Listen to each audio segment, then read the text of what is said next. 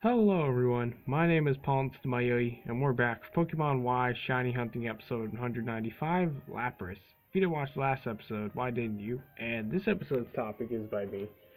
Um, you, yeah, you must have played the game to answer this, and if you even care about it, of course, but do you name your Digimon, and what do you base those names off of in Digimon World Championship? Now for me, no, I don't name my Digimon, I just don't. There's really no reason to, in my opinion. I used to, but it's just I don't anymore. I just stick with their default names of what they were when I caught them because yeah. So yeah, I don't. But do you name your Digimon, and what do you base those names off of? If you even care about that part of the game. But yeah. So anyway, I forgot to completely forgot to tell you last episode. The episode before last episode, which is episode 193, actually was sideways, so that sucks, but whatever, I guess. We're used to it by now. So, yeah.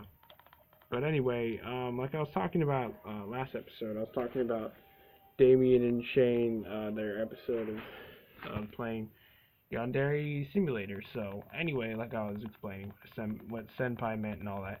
So anyway, you can only currently play as a girl, and then you go after your senpai, which is a guy. So anyway, you're pretty much in a high school. You're supposed to like stalk him and all that. And you have so many weird items like his toothbrush or something weird like that. And yeah, it's just really weird. But the main thing is you're supposed to pretty much kill every single other student.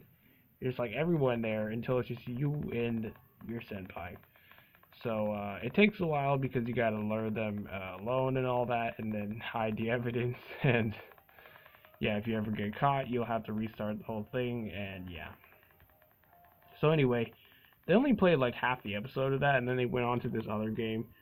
I forget what it was called, but it was just like them trying to run to the end of they had to make it through the screens, and they pretty much have to fight each other, and then they could whoever makes it to the end first gets like eaten by a big worm, but that means they win. So it's like it's really weird, but yeah. So that's what's up with that, and what else? What are the other videos that I saw? Oh yeah, there was an awesome one, a World War II video by I Am Wildcat, but this time it's not just about the main killing. It is actually about them playing like a little ball sport where they throw the ball into the goal, or they can. It's kind of like football, but they use shovels and flares and smoke grenades and all that, and it was pretty funny. But oh yeah, that's another one. I can't believe I almost forgot that. Big Jiggly Panda played Cards Against Humanity with Homewrecker, Mini Lad, and Cryos Gaming. Yeah. But anyway, so it was really funny. Like most of the Cards Against Humanity videos, there's like a lot of messed up things, and it's funny because my friend, my real life friend, best friend, he actually his I think his sister told me was like telling me about it, but they actually have the physical card game for Cards Against Humanity, so maybe we can play that like at night when we can't really see that much enough to play basketball. So yeah, it would be awesome because last time they were talking about it, but we never got to play because I don't know, we were just doing other stuff.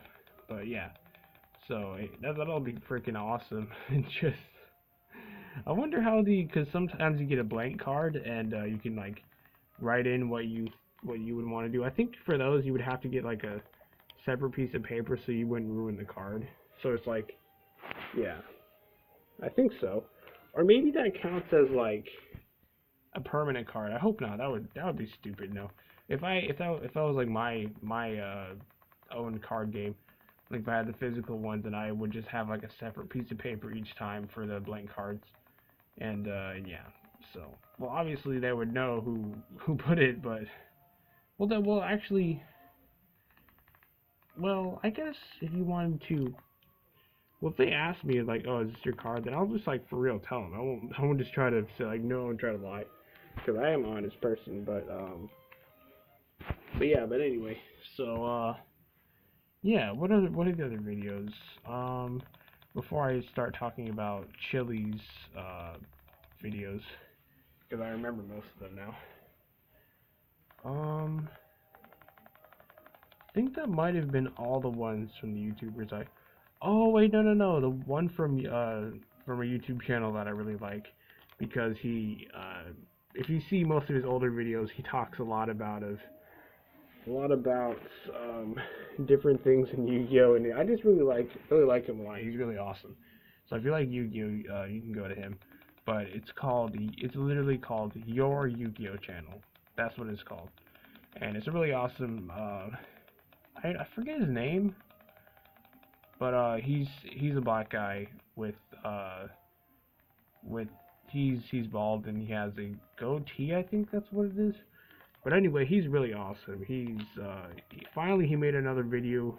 The whole reason I subscribed to him about like talking about certain things with Yu-Gi-Oh, but he was talking about what is Yu-Gi-Oh really? Is it a skill? Is it about skill or is it about luck? And what he was saying is that most people, they run these decks. Well, he plays unfair decks too. But anyway, he's like talking about everyone, pretty much everyone.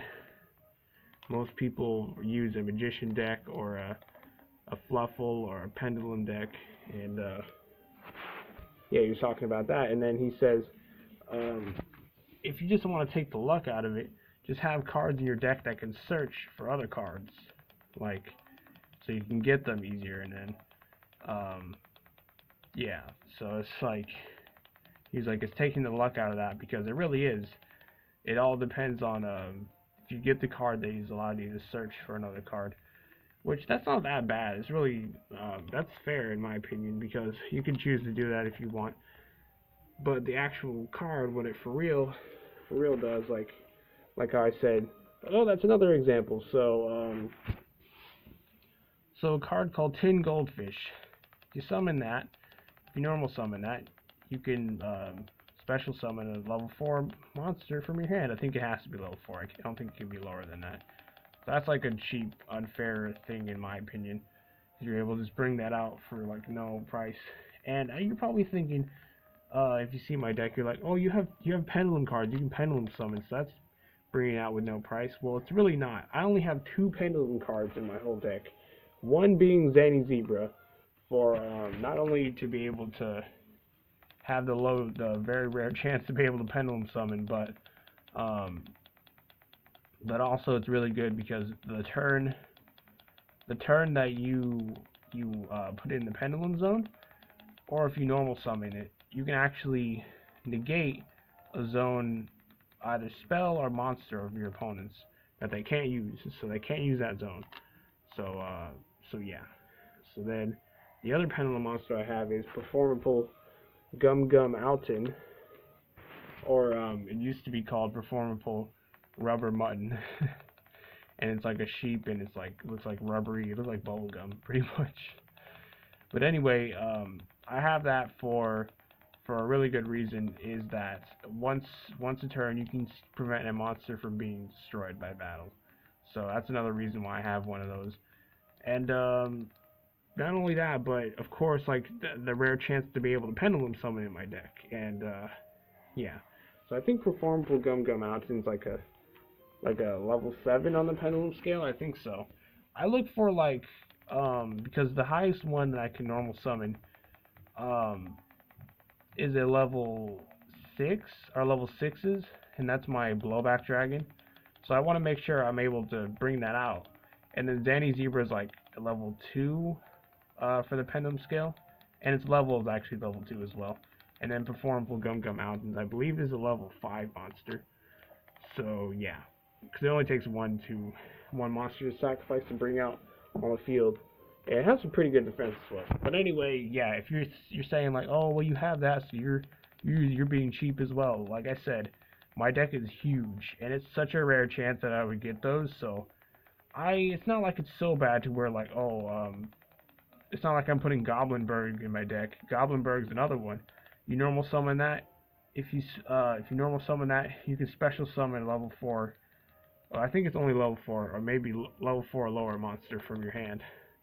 But you have to put Goblinberg in defense mode. Like it doesn't even matter if he's going to be in defense mode, because you can just easily bring out an XYZ monster. That's what people do with those kind of things. I hate that so much, that they're easily able to just bring it out. I hate that crap so much. But anyway, yeah, that's the whole reason.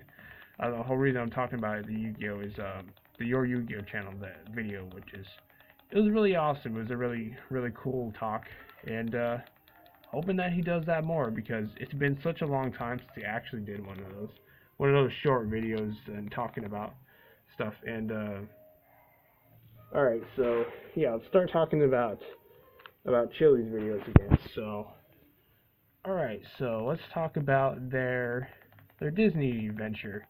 So I think it was just Chili and Logan, yeah.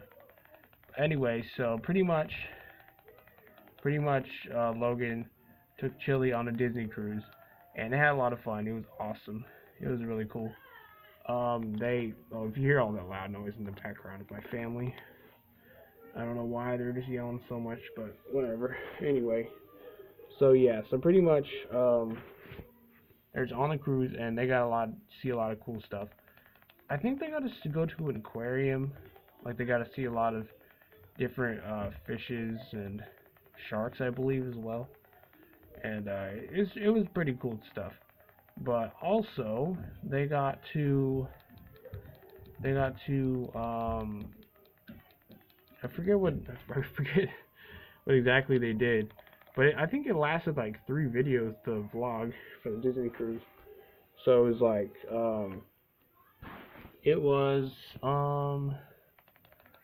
I don't know, it was just fun. I know that it was awesome. So anyway, I know that was probably a really lame explanation, but that's all I can really remember, because that was like from a while ago. I watched so many of her videos since then. But another one is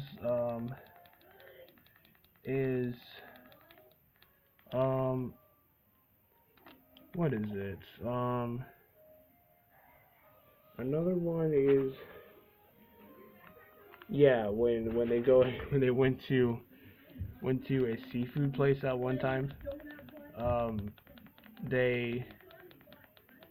They were like, Chili always wants to get mozzarella sticks, and then she's saying when she was saying they got crab claws this time, she was saying like, oh, we always get mozzarella sticks and crab claws.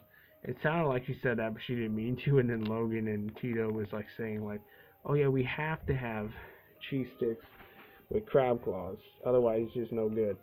And it was funny. It was funny, they kept saying that. And even now, like in her later videos, when they get that, they just say that. They're like, oh, where's the crab claws with the mozzarella sticks? They're no good. And they're just saying that stuff. But another one, oh, this will be the last one we check for the episode.